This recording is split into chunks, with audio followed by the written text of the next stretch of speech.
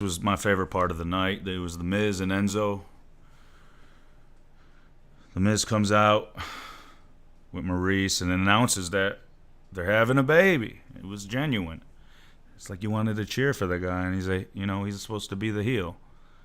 But they're having a baby. But, Enzo interrupts. He's 205 Live guy now. Interrupts. And he's like offended. Like he's seriously offended. And this is best back and forth in a while I've seen. And I think it'd be good to have them feud down the road after his cruiserweight run. I'd like to see Enzo feud with him, and I hope he's back there. I hope he's taking the time on his free time, because he's got the mic skills down on lock. But he's a joke in the ring. But I hope he's taking the time to, trying to better himself, trying to improve, so he can put on at least a decent match. It's not a joke where they have to cover for him in all the matches. I mean, he had a match with The Miz tonight. They basically have to cover the spot. It's never just a wrestling match. It's something else. But anyways, The Miz, they announced they're having a baby. Enzo comes out. And they have some real talk with all and they use material from the internet, because the internet's fans know. They read up on it, and it's a big part of wrestling. It's a big part of WWE. Rumors on the internet. And Miz throws at him serious stuff about Enzo being disliked in the locker room, that he got kicked off the bus. He threw that out there. And he handled it. He handled it and sold it, Enzo. He took it like he was hurt. Took it like he was being attacked. And The Miz talks about talks about his cruiserweight championship, that he doesn't deserve it, that Enzo he's not on the level as the king of cruiserweights, Neville. That he works his ass off. He's just like The Miz. He respects Neville, and you got this guy Enzo coming in. A joke. Yeah. Enzo reacts well. He comes at him, and this was the best segment. It was serious. The delivery was on point. And you like it or not, he has the promo.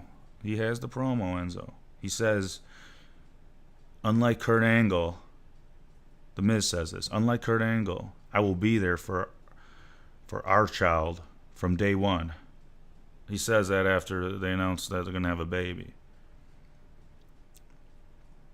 And then, he goes off on Enzo, that pretty much no one can stand him, and then Enzo fires back. He calls him a paper champion. The Miz has all these intercontinental reigns. It's won the majority of the titles, The Miz. But he called him a paper champion, that he's fake, that he's copying Chris Jericho, copying Ric Flair. And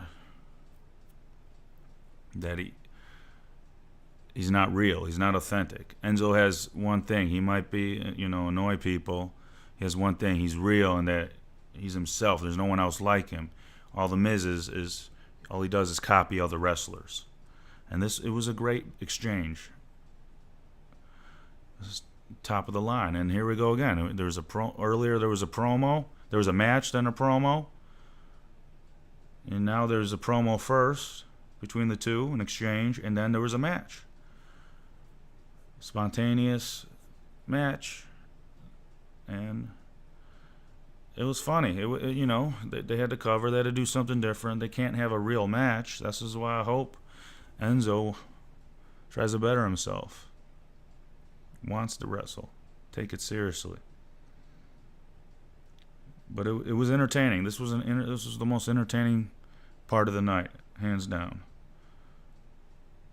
Not the wrestling. I mean, it was a throwaway match. But it left you talking. immediately when the match started, Enzo says, you know, you may be an A-lister, but you know, you may be an A-lister, but you're going straight. Your matches are going straight to DVD.